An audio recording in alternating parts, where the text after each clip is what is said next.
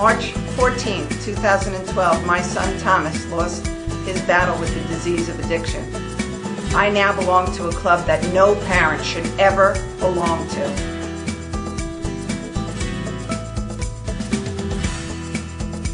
Do you know the signs? Do you know the trends that children are doing in today's world?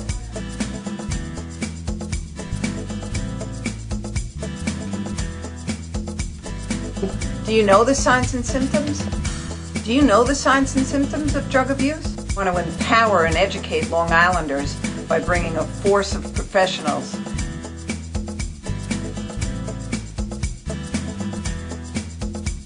and how to prevent the disease of addiction. Long Island in Crisis. Good evening and welcome to Long Island in Crisis. This show is about the nationwide epidemic, with Long Island being the epicenter of this horrific opiate and heroin epidemic that we have going on. We are losing children, family members every day. On Long Island, News 12 just was running the follow-up to the heroin diaries. Suffolk County has doubled, Ira?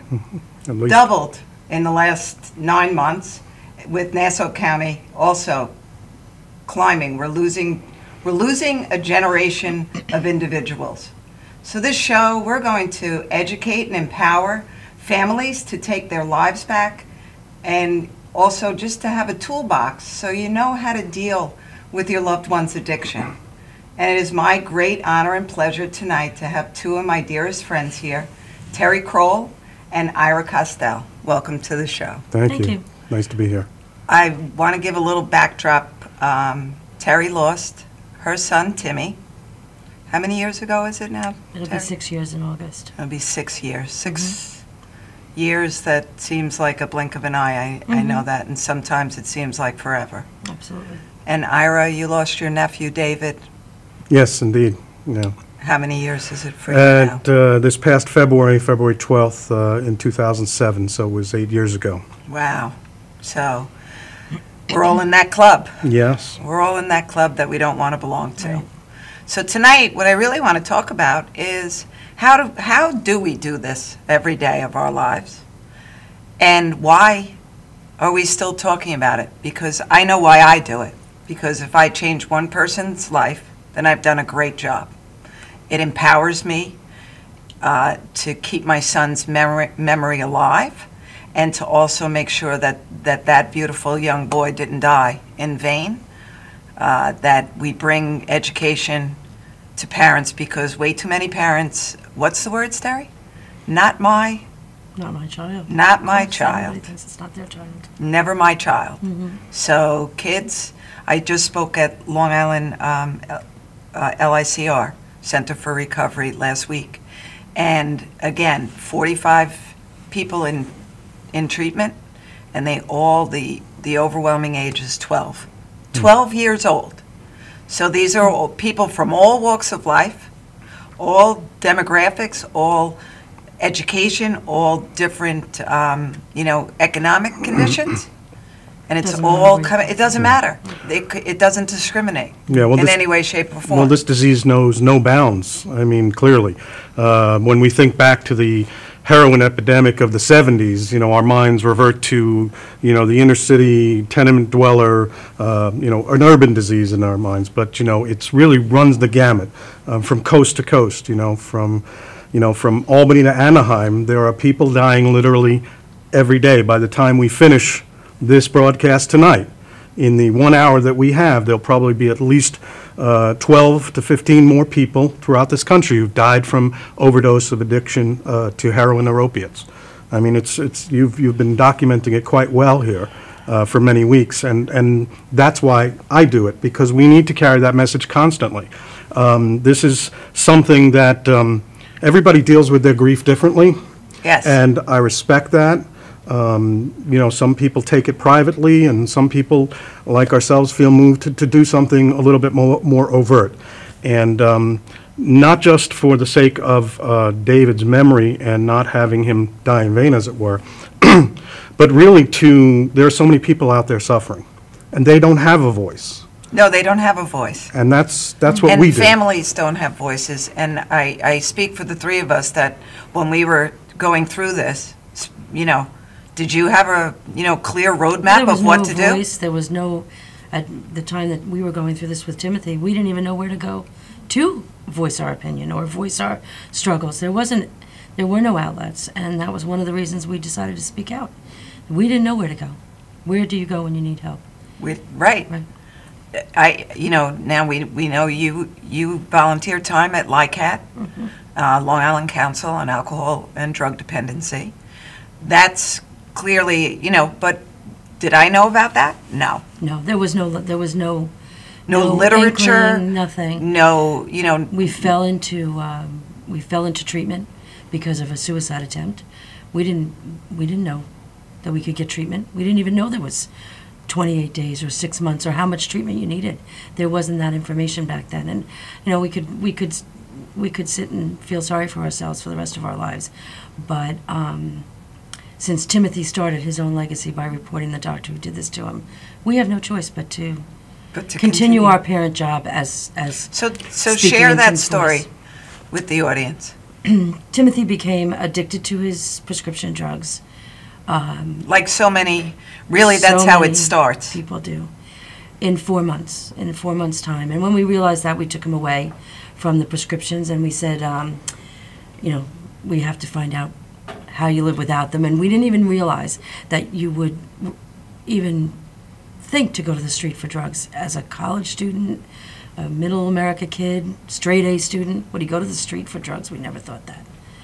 And Because, you know, as when you don't struggle with the disease, you don't realize what the craving, understand it. that the body craves that. Right. So I like to, you know, always say Thomas didn't have a turnoff valve. Timothy didn't have a turnoff valve. Timothy explained that to us.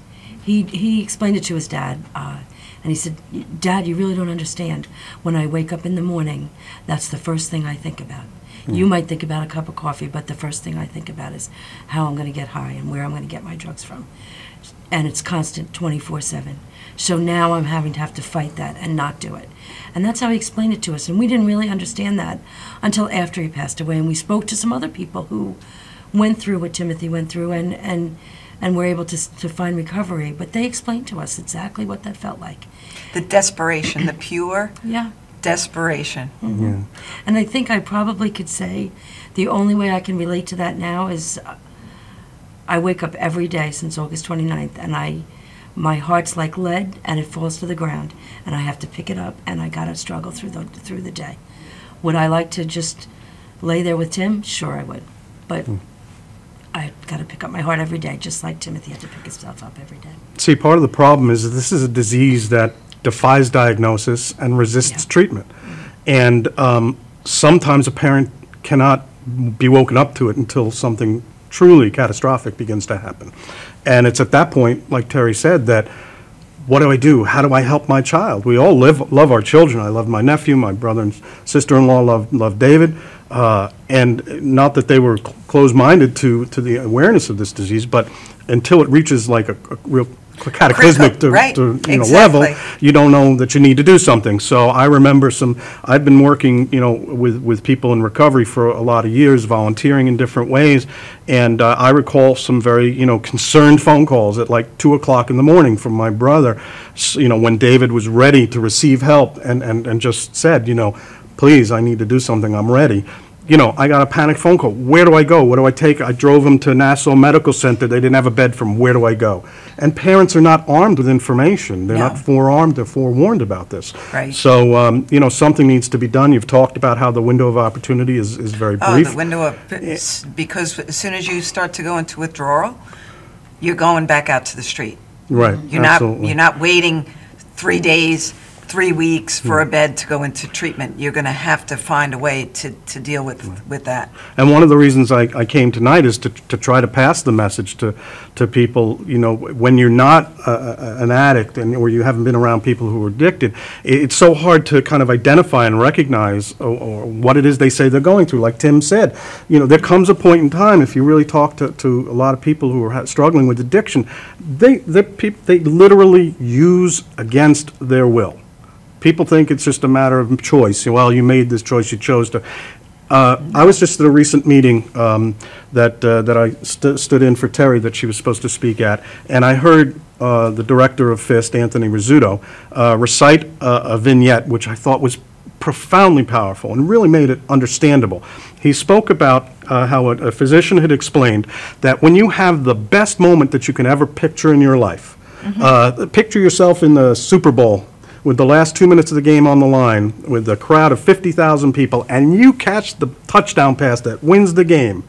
If they were able to measure the dopamine levels, which is the chemical in our brains that gives a sense of well-being, a sense of, euphoria to a degree. It's the euphoria. That you, just even well-being, you don't even need to feel euphoric, but that would be a euphoric moment. They would measure that at about a 12 to 15% increase in your dopamine levels from your normal level. That's like the highest moment of your life. If you're an opiate user using IV heroin, your dopamine level increases by 500%. Can you imagine having that kind of experience and then being told, well, you just need to stop? Right. You just need to stop. Just stop. Just stop. People don't understand the brain chemistry that goes on, and that these people, that these are people in need of help. And that's why Terry does what she does, and you do what you do. And well, and it starts with the brain, but let's face it, opiates and heroin affect every cell in your body, and it will start to affect. He felt like his heart was coming out of his chest. He really did. He would say, I just feel like my heart's going to come right out. It does damage to your whole body, whole body. So, we're playing, people are playing with fire. And unfortunately, it's way too many kids that are playing with fire.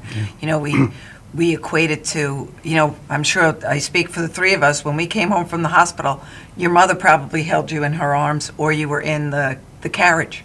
You weren't in a car seat, you weren't in anything.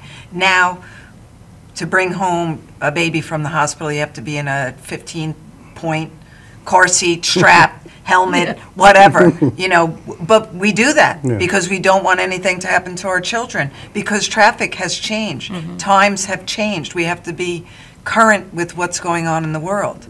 Would you use, the Apple I computer in today's world?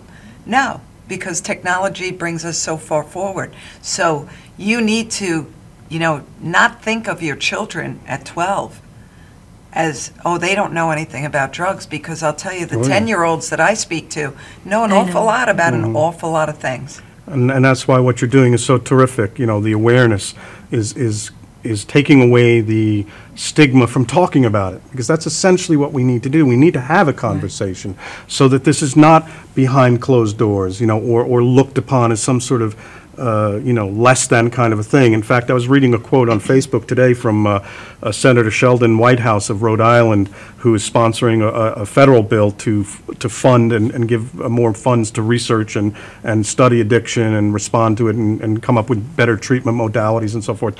And I'm only paraphrasing, but he was basically saying, these are an addict is somebody with a disease. When they go away for 28 days, they shouldn't be looked at as if they're going into a dark corner to spend time to become not a bad person anymore. Rather, these are people that should be celebrated for their courage to try to address a most horrible challenge in their lives, and people work very hard at recovery. And that's another reason I came this evening is, because I have done work in volunteer positions, and I've gotten to know a couple of people in particular who became friends of mine through an unfortunate circumstance at David's wake. That's when I connected with two particular individuals. I don't need to name them, but the lives that they've built through recovery is just an amazing thing to witness. And it's so gratifying on the one hand, because I see the lives that they've helped build through working the program. And recovery is not handed to them. No. They have worked hard for this. And I see people that, look down on people, going to another AA meeting or going to another whatever meeting. Well, you know what? They worked really hard to get into a healthy position. And they work hard every day. Every day. Absolutely. Every day they work, because if you work your program will work. Right. So I saw Tatiana, who will be here next week, as a matter of fact, 25 years old. What a face of recovery. I mean, you know, she's to be celebrated. We've met so many nice, you know, young Healthy people, young people. that have brought themselves Absolutely. back from hell and back, quite honestly. And become productive members of society, Yes. you know, with jobs Yes. and careers and families. I mean, it is possible. It is possible, and that's And why. sometimes trouble, there's a book that's written by Jim Cusick, who owns Veritas Villa, and it's called Trouble is the Gift. If you can bring yourself back from that kind of adversity, there, you know, just nothing like you the can't three do. of us, there's nothing that we can't do. Right. And I always say that. You know, I've had the worst day of my life. There's nothing that anybody could do or say to me that would ever stop me from doing anything that I would even attempt to do, because it's all good. Exactly. Exactly. Well, you do have to be careful of Terry and her straws, though, on our road Yes. trips. Yes, because well, that's true. you got You you know, got and- to give a little background on that, okay? So, we, you know, we've been on a few road trips to Fed Up Wonderful. Raleigh In- and back and Washington. forth to Albany. And if you do see any of our photos at maybe any rest stop for stealing straws, but we do, you know, life is still good, Hey, right? hey. Life is still Yeah. good and we That's have the fun fun. part. You, That's you the only fun you part. only present yourself as this quiet, sedate woman Yes, who's she is not professional. in any way, shape, or form quiet and sedate. I'll just throw that out Yeah, there. she And her can, husband Frank is saying, "Thank you, Linda." she can blow a mean straw wrapper from Yes. 25 feet away and hit you in the eye with it. Yeah, but you have to be able to blow a mean straw wrapper and be able to stand up on the stage and tell people where you want to be. Absolutely. And what needs to be Absolutely. done. And what that's needs what to be we've been done. doing. And you know, I wouldn't be in this position if it wasn't for my son reporting the doctor that did this to him. And 3 months after Timmy died, when that doctor was arrested, and the police department called me to tell me, Mrs. Crow were putting Seiji Francis in handcuffs, and all they wanted to do was tell me so I would be happy that he was arrested, and they wanted to report to Timothy that what he had done was a good thing. And I had to tell them Timmy passed away. So they were devastated, and we became very fast good friends. And that made me realize, you know, Tim started this legacy that, Mom, we have to make a difference. We have to not let this happen to other people. It's awful. Absolutely. See, that's touching to me, and I was thinking about that on the way over here. You know, I know Dave, nobody else but my family, you Right. know, and his friends know him, but the beautiful and sweet and dear people that we are losing every day. Every day. Like a Tim Kroll or David Costell, or, you know, or Thomas Ventura. Yeah, I you mean, know. These are for my money, these are the most sensitive, caring, compassionate people. I was just recently, this past weekend, in a situation where I came across an elderly, I wanted to say an elderly gentleman, but he's actually younger than me. So what the heck does that say? That's a little scary, but Yeah, but And nonetheless, yet we still hang out with him. for which I'm forever grateful, actually.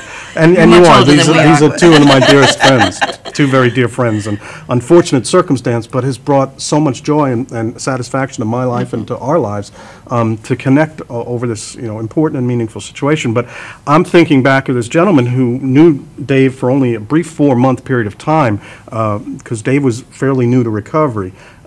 He tried a few times and kind of, you know, wasn't able to kind of get it together. But I will say that those 4 months were the most special to me of his life. I saw such a side of him that I had never had a That you- chance that- to see before. Yeah. And the stories that I hear, even years later, 6, 7, and 8 years later, I still run into people at different situations.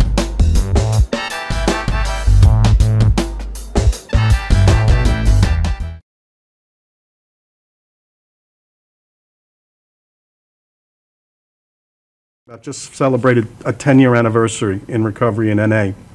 And he went to a long-term treatment plan. He eventually became a paralegal. He's beginning his own real estate company at 30-something years old. It's a wonderful thing. And even all these years later, he credits my nephew with touching him in such a meaningful way, because Dave would call him up and say, you know, let's go, and they'd jump into the station wagon that they had and drive down to Wyandanch and find people who were in need, who were hurting, suffering, and Dave would take them in and bring them to my brother and sister-in-law's home. And they would stay and put them up for a That was couple of Timmy, days. yeah. And you know, there was just such love and compassion. You know, the sad reality, you know, is that he was able to care and help others in a way that he was unable to do for Right. himself. But that doesn't Absolutely. change what a great person he was. Right. Well, And Tim the same way. I received an email from one of Timothy's friends from, what's it called when you go every, outpatient. I always want to call it daycare. But, you know, we used to take Timmy for his outpatient, and we'd drop him off in the morning. And this young man hadn't been aware that Timmy had passed away. When he came back to New York, he wanted to come and see Timothy, and he found out that Timothy had passed away. And he sent me an email and said, you know, Mrs. Kroll, I have to tell you, when I was in my dire straits and I had no food, no place to stay, I was freezing cold, and your son was in recovery, and I called him up, and he came to me in 20 minutes with clothes to wear, a coat, a hat, a scarf, something to eat, brought me someplace to stay, and said, I won't give you any money because it'll just be a deterrent for you. Yeah. So he said, your son would do that for anybody, for anyone. And I know that, and I know you guys know that. But the world needs to know that. We're going to be right back after this commercial.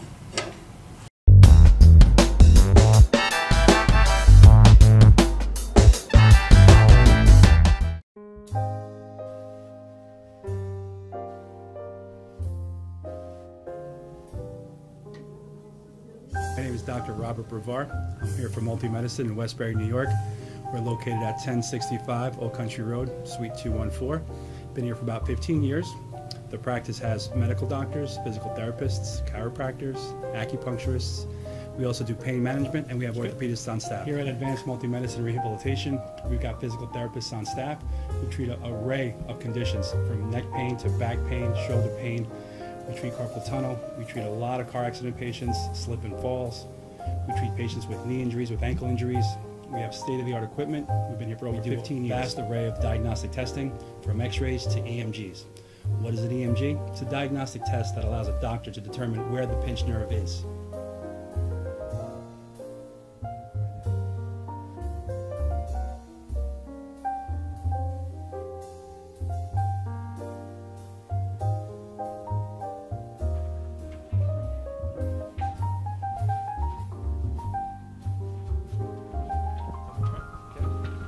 Cora is a physical therapist at Advanced Multi-Medicine and Rehabilitation.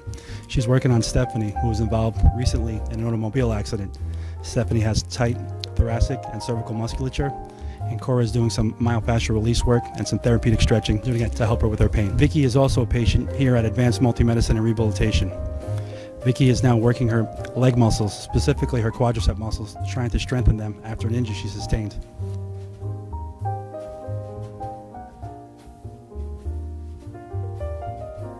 If you find yourself in need of any type of physical therapy, please don't hesitate to call Advanced Multi-Medicine and Rehabilitation, located in Westbury, New York, in Suite 214. Phone number is 516-334-7000, or find us on our website at advancedmultimedicine.com.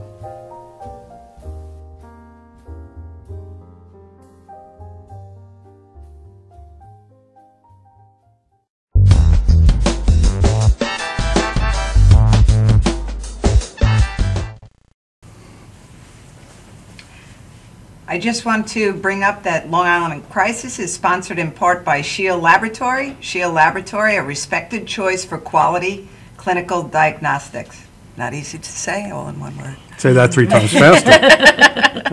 I did a very good job. Yes, you so, did. you know, we have those stories. I know that after about 6 weeks after Thomas passed away, 3 people came to me and said that Thomas went to their parents and told their parents how bad their kids were doing, and spurred that on. And when his friends shared that with me, and again, goes back to he could help other people but just couldn't help himself for whatever the reason. So we don't know why we're on the, you know, for me it's my faith that allows me to know that I don't question the decision that was made for him. I prayed for a strong, peaceful Thomas. And I can't say that I don't have that. So now we just turn into the warriors that we are, and we are actually quite the warriors. Indeed. Excuse me. Yikes. And now we are on, Terry and I are on the board of directors for Families in Supportive Treatment. Mm-hmm. FamiliesInSupportiveTreatment.com just went live, right, yesterday. Mm-hmm.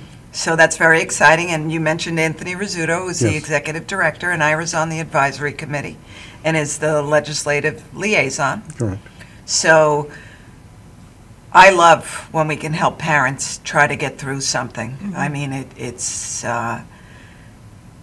we all know what it means to be part of that club, and we can sit with other people and not say anything and just hold somebody's hand and sometimes be. you don't have to say a word, and sometimes you just have to give somebody a phone number or a place to call, and listen. It's rewarding. And just listen. Well, on the drive over to the studio tonight, you were talking to me about how awkward and uncomfortable it is for some people. Yes. Who to approach somebody who's lost a child or a loved one, and they don't know quite what to say, and so many people kind of retreat into this, cone of silence, if you will. Yes. And don't mention the child's name. Right. Mention the child's name. They were a joy.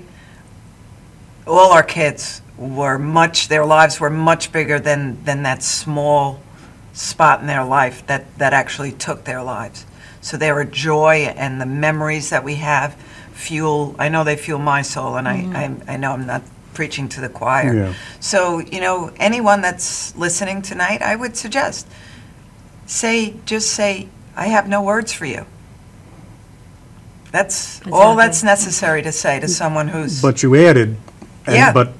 But Timmy or Thomas or what- Dave just meant so much to me, or Yeah. just to remember and acknowledge it is so important to a family so member. important to a family member, Yeah. and don't try to rationalize it or anything like that, because that can be very hurtful to the person on the we receiving chose at end. home with my daughter and my son-in-law and my husband, and we have new grandchildren, so we chose to speak about Timothy all the time. And my grandson, who's 5 years old, who never met Uncle Timmy, talks about Uncle Timmy every day. Isn't that beautiful? And last year on his birthday, we went down to the beach to let balloons go. It wasn't a good surfing day, so we went out to dinner and had chicken parmesan, Tim's favorite, and then we went down to the beach to let go green balloons. And Brendan was so happy we bought green balloons because that's Uncle Timmy's favorite color, And as he got out of the car, he just looked at his mom and said, "Is he coming down this time?"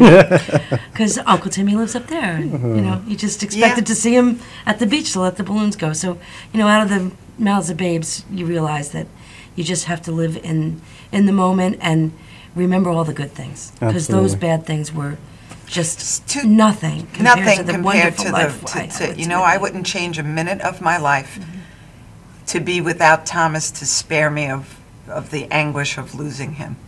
Because all those memories to be without, or not to have the honor of being his mom, just unacceptable.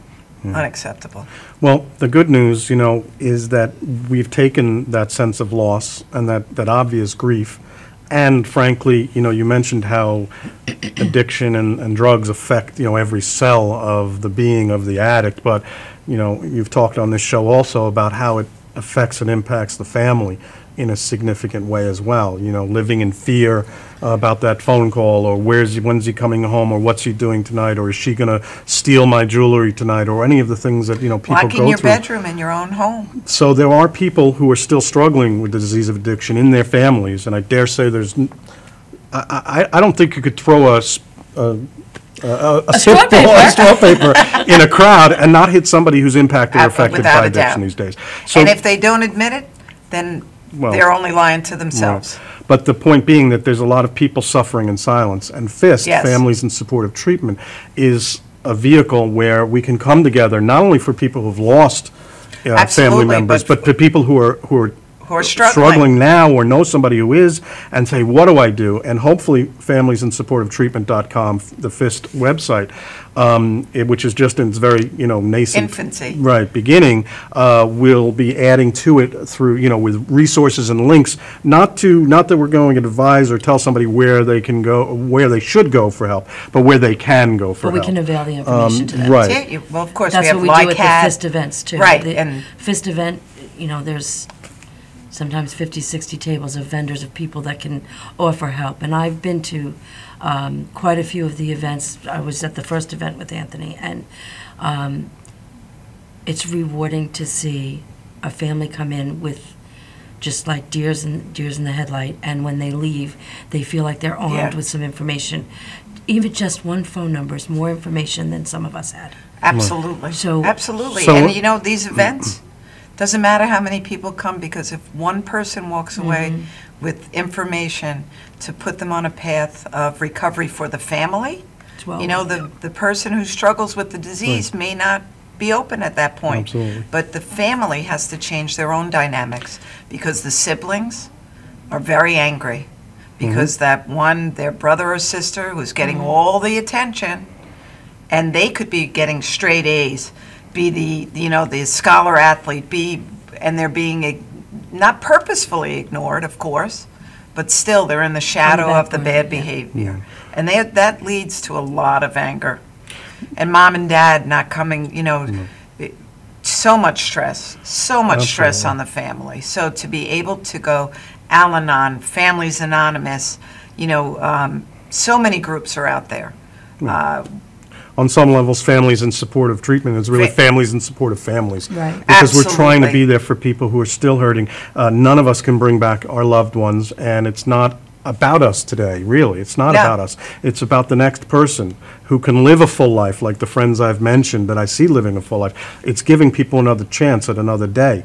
And rebuilding families. Absolutely. You know, that they learn how to deal. We just said this today in Al-Anon. You didn't cause it. Can't cure it. Can't cure it, and you can't control it. And so, you know, as parents, we want to control, we want to help our child, just as when they were learning how to walk. Pick them up, set them on the right path, but we can't control that disease. Yeah, and I know that you've mentioned that Anthony Rizzuto, the director, offers a free family education series. On Monday evenings at Seafield Center in Amityville. I mean, to learn, there are many people like to us, or we understand and have learned about the disease of addiction. There are people out there, you know, in the audience that don't quite know what this is, what the medical model of addiction is about, and recognizing that it's a disease. And Anthony does a great job on teaching about the disease of addiction and helping families cope and come up with their own toolbox and their own set of boundaries, healthy boundaries. Because you're and home. Understand what's actually happening. And understand. You know, when Timothy was not well, and we thought, oh, this is what a typical adolescent male is. I had a daughter and a son. Right. So I just thought, oh, this is typical. Well, it wasn't typical, but there was nobody to tell me it wasn't typical. So now you can go to a class with other families and talk it out and hear that, you know what, yeah, this is happening to us too. What do we do about this? And to have somebody advise you is huge. It's priceless. Yeah. Because as we all, you know, teenagers go through so much. However, there are warning signs that you can spot if you know what they are, but you have to be willing to know what they are. And I do believe that so many parents, you as a mom always know, or as a dad, you know when there's something not quite right, and you have to follow that instinct and not be afraid to open that door. But you know, Linda, you and I had we had spoken at Lindenhurst High School, and we were amazed at the amount of students, who came up and told us their parents have problems. Yes, absolutely. So the family dynamic is not just always the child who's in trouble. Sometimes it's the parent, and it's not recognized yet. Right. So, Rick, we're going to take another commercial, and we'll be right back.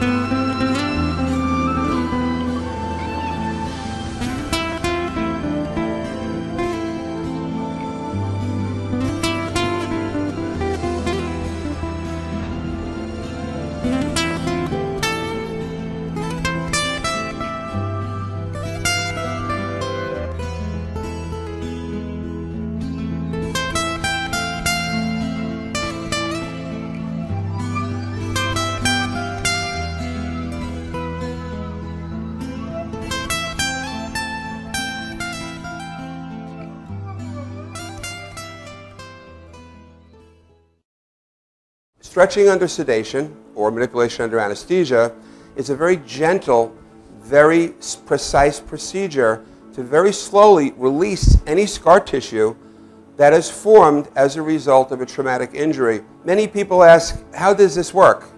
Will I get hurt? Will you stretch me too far? We only stretch the body part to its normal range of motion. After completing the post-MUA rehabilitation program, it's very common that our patients say to us, hey, I can play ball with my kid again. Hey, I can bowl again. Hey, I can enjoy hiking again. This is what makes it rewarding to us as practitioners.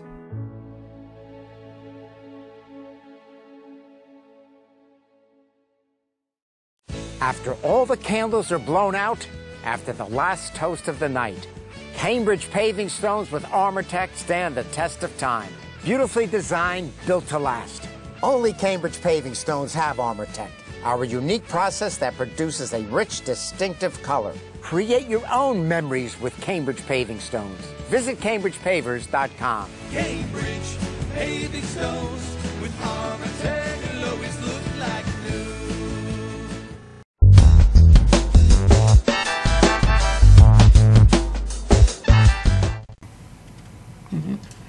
And again, Long Island in Crisis is being sponsored in part by Shield Medical Laboratories.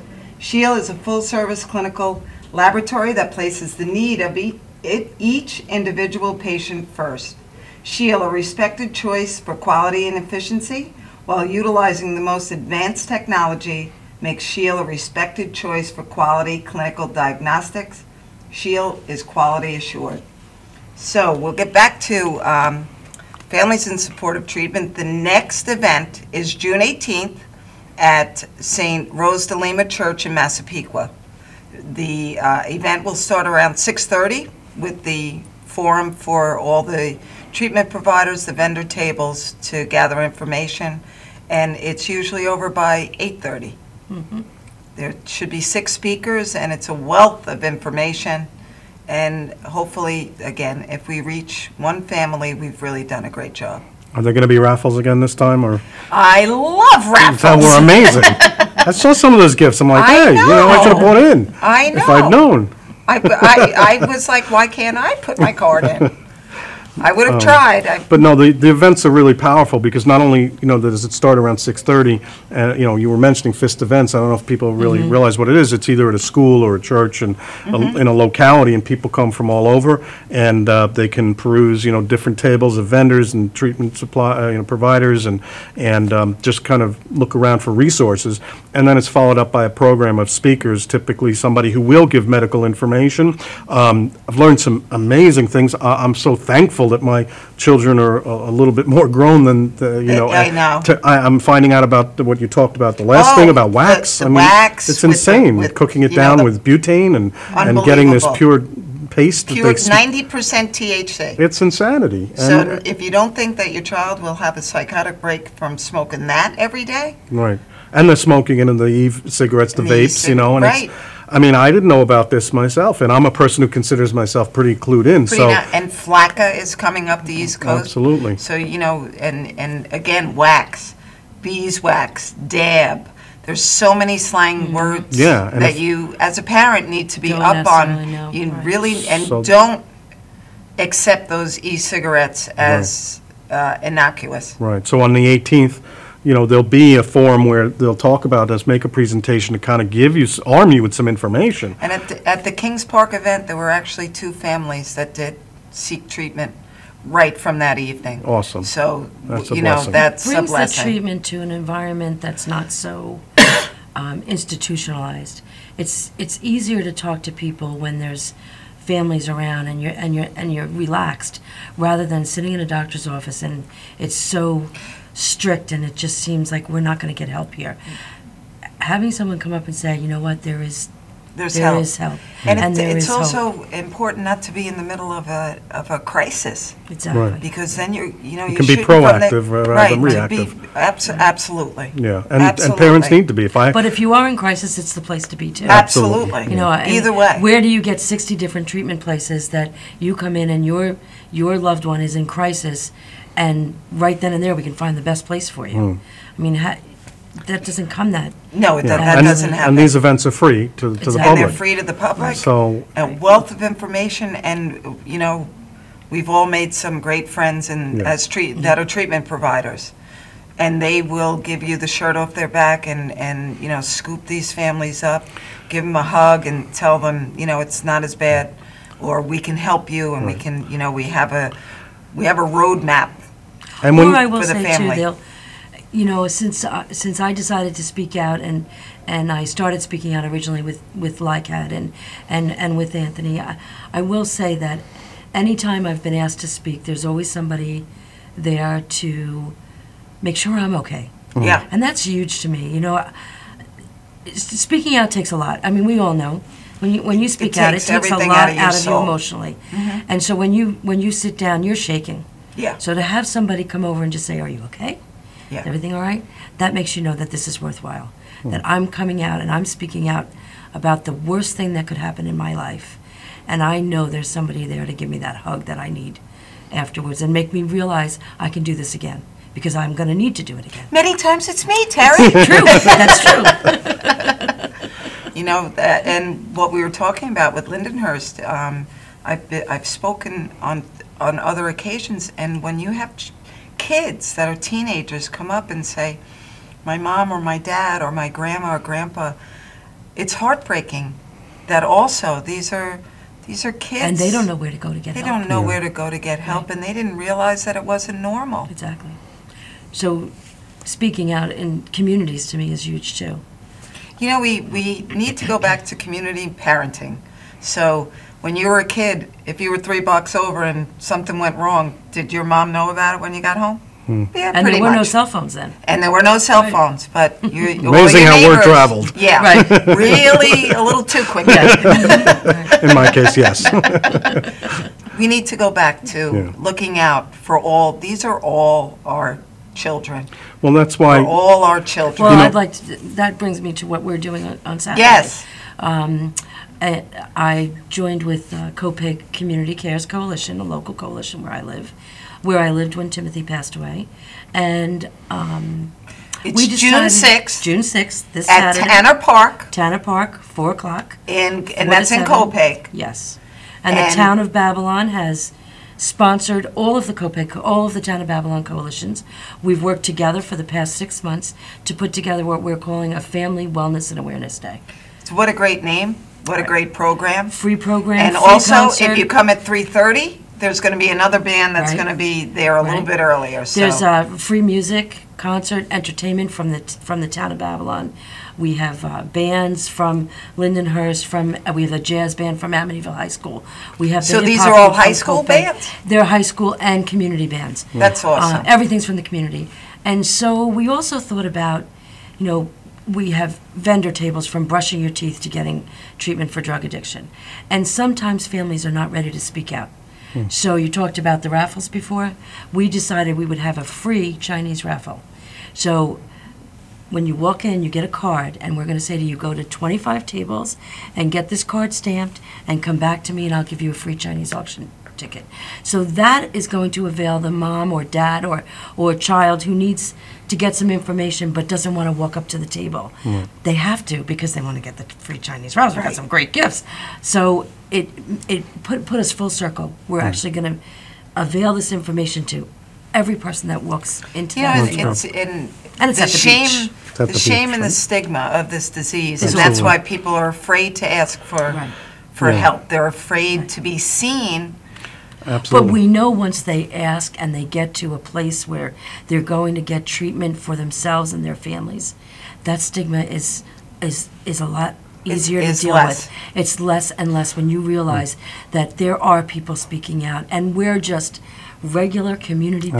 Absolutely. We're Yes. community-oriented people, and we go to church with you, we go to temple with you, we go to the supermarket with you, you see us in the library, and we need to be able to speak about the fact that my child is addicted to drugs, or my child gets migraine headaches. I think, Many parents may be standing on the soccer field, on the baseball field, on the lacrosse field, and you're all struggling with the same thing.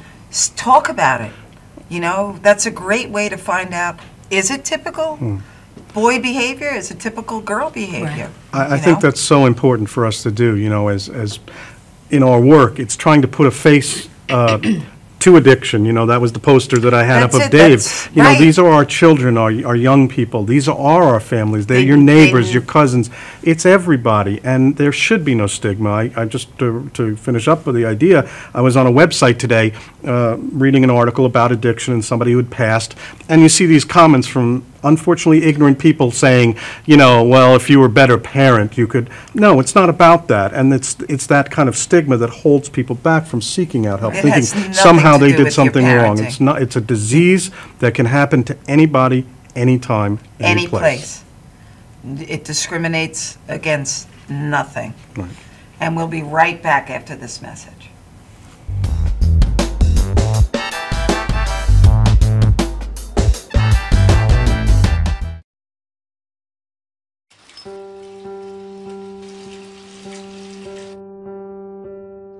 I think this is a good time to tell you. You're doing okay, Mom. I can call you Mom, right? I know we haven't known each other very long, but you seem like a real keeper. You're not perfect. There was that strained carrots incident, but you're trying. You pick up my bottle every time I toss it out of my stroller. That's high comedy to an 8-month-old. You hum the Barber of Seville when you wash my hair. So cool. And your rub-downs are out of this world. Anyway, I want you to know how much I appreciate you. You know, right? How much I love you? You're doing okay, Mom.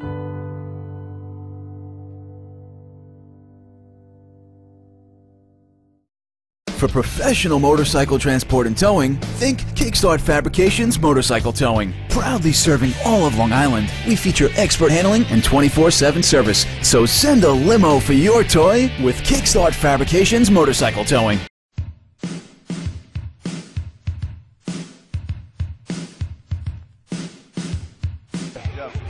Yo, what's up, y'all? This is me, TMC, in the place to be, the greatest MC in history. There will never be an MC greater than me. And right about now, the only place for you to be is with the one and only Madhousetv. You are the man.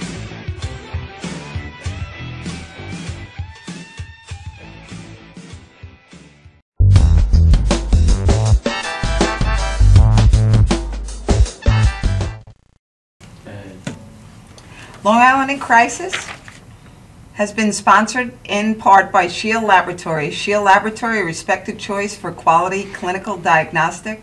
Shield is quality assured. So, I can't wait till Saturday. It's going to be an awesome day. It's going to be, the sun's going to be shining because our boys will be looking down on us. Yes.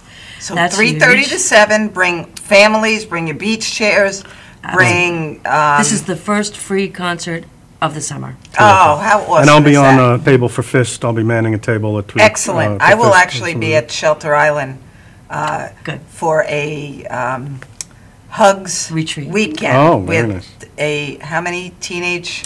Fabulous retreat. Yes. I went So- on that in March, and it's just, it's unbelievable. You see these young children, adolescent children, teenage children come in And Kim Laube is building Kim's- leaders. She definitely is. She's so So I'm looking forward energetic. to... I'm looking forward to spending time with 300 teenagers. Oh, yeah. Yeah. All right. I knew Bring there was your own something about hairdryer.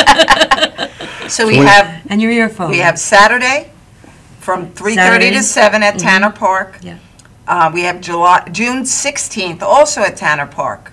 17. June 17th. 17th, Wednesday, I'm sorry. June 17th, LICAT is hosting a sober night at the Beach Hut. It's a coffee house kind of night. Some nice light music of some friends of ours will be entertaining us. And we can bring for food, so you can bring well, food. you can bring food, or there We'll is buy food it. there. And There's there a is food concession. to buy, And, so that's great. It's a totally sober night. We're picturing volleyball on the beach, and it's a $10 donation to LICAT. It's a fundraiser for them.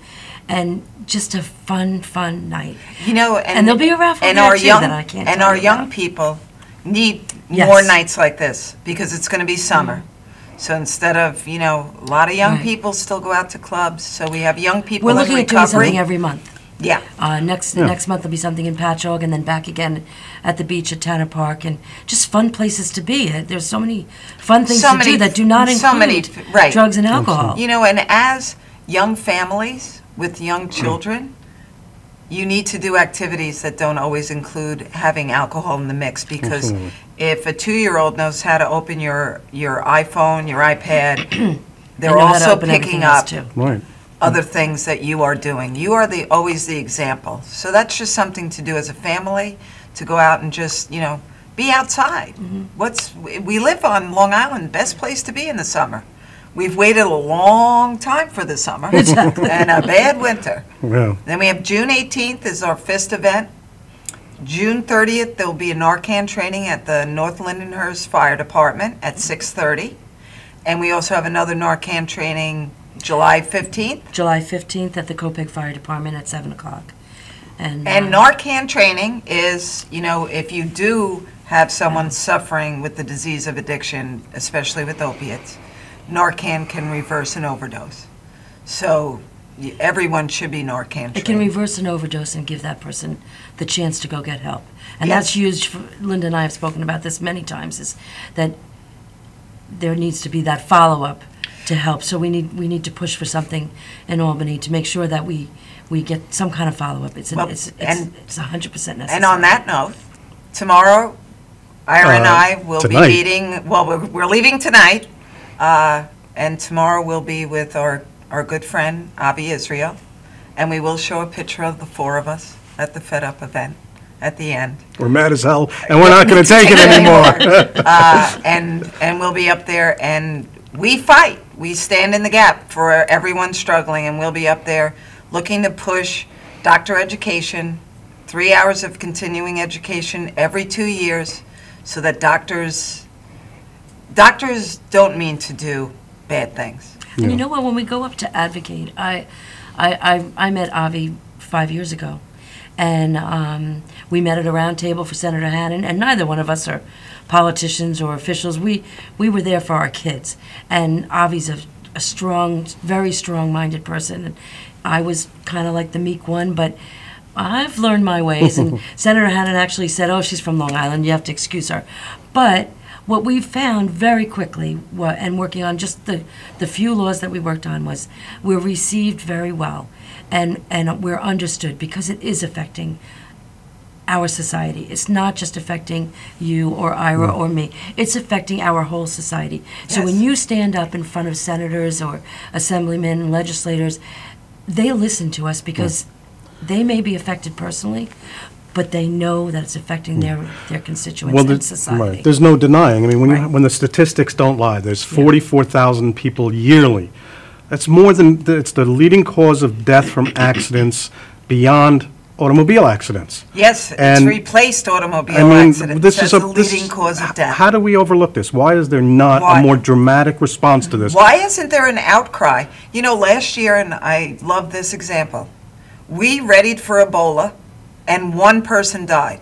Now, I'm not discrediting that. We needed to be readied for it. But we're losing 44,000 people a year. Where is the outrage? It's a person every 12 minutes in this country is passing away. And that's what makes us fed up. That makes us fed up, because the reality is, I was just reading a few weeks ago that the CDC, the Center for Disease Control, has a sub-arm of it called the Center for Health Statistics. And they came out showing that the death rate from heroin from 2010 to 2013 quadrupled from 0.7 individuals per 100,000 to 2.8 people per 100,000. So in our population on Long Island, you would expect about 75 individuals, unfortunately, to perish from this disease, and we had over double that. Right. So it quadrupled nationally, but we're still outpacing the nation. For what's been reported. I mean, for what's been reported. And Narcan, thankfully, has helped revive individuals who might have otherwise You know, and passed. unfortunately, it doesn't count the people that are left in a vegetative state, that will never be the same again. Or the victims of suicide. Or the victims of suicide. I mean, and and we know from Avi's that's a huge story. problem. Yeah, Huge and so we are going up to Albany tomorrow. I hope that they'll pass Assembly Bill A355.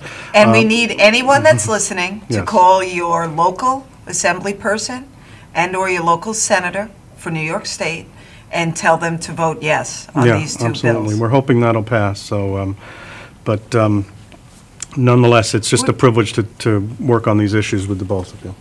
We're going to show why don't you introduce the video? Well, you know, to try to both honor my own family and the love and care that we've shared, you know, through my nieces and nephews and my brother and brothers and sisters and all of us. To me, I wanted to put some face to addiction, that these are our children. They're just innocent, loving children who got caught up in a bad choice or a bad situation, and they didn't have the shut-off valve that you're talking about.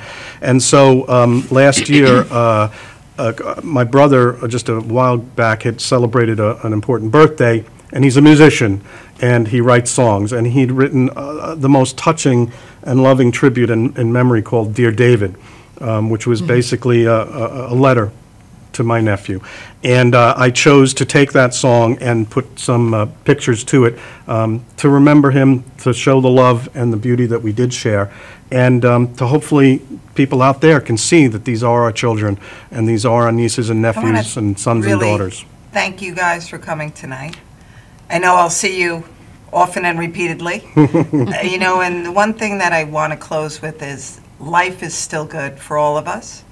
We live through many different eyes. We live to see our other children, grandchildren, nieces, nephew, and we move forward with carrying our children in our hearts. And with love. With love. But you know what? Tomorrow's never promised. So love hard, love strong. And here is David's video.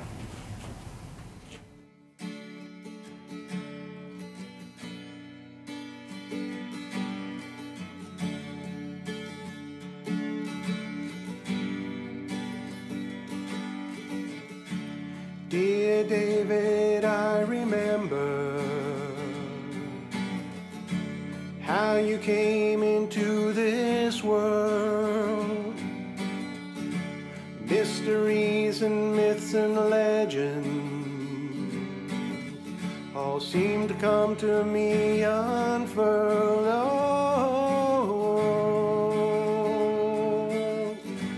dear David, I remember.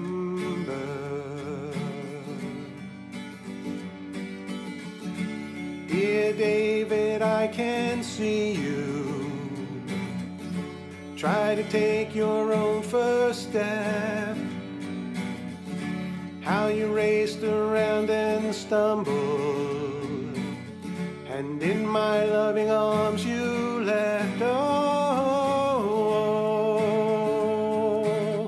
a peaceful angel while you slept.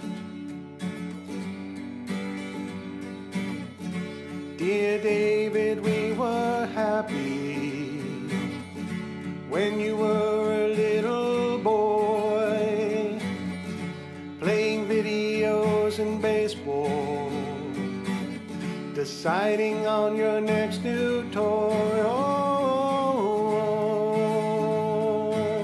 you know you really were a joy. And all the skeptics tell me how the world's supposed to be, but my heart keeps on whispering that you're really here with me. Dear David, I'm amazed now how you grew to be a man.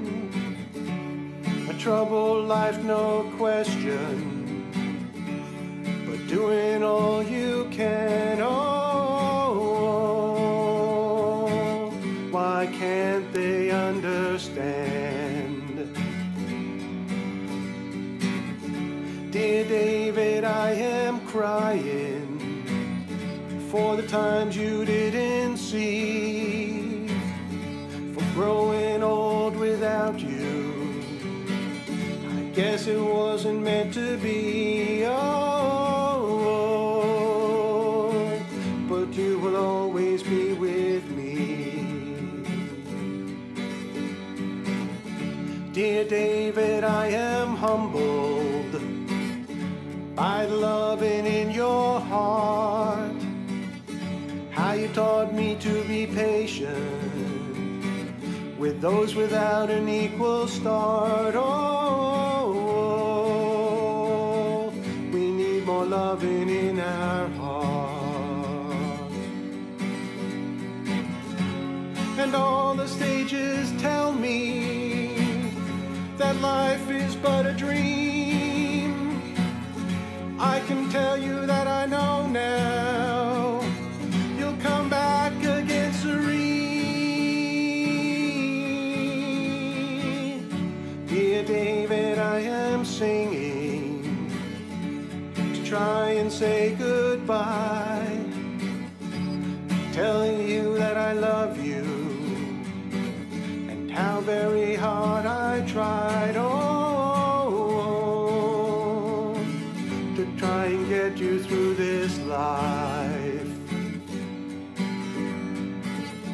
Dear David, I remember all the bad and all the good, and I swear you this lifetime we'll make it everything we should. Oh,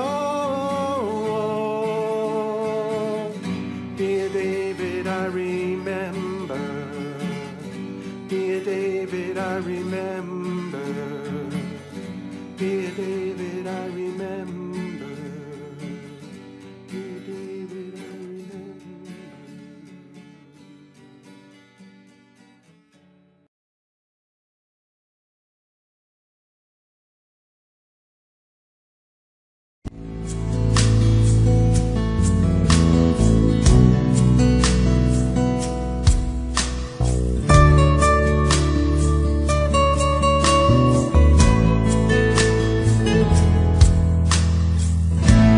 Another dark hotel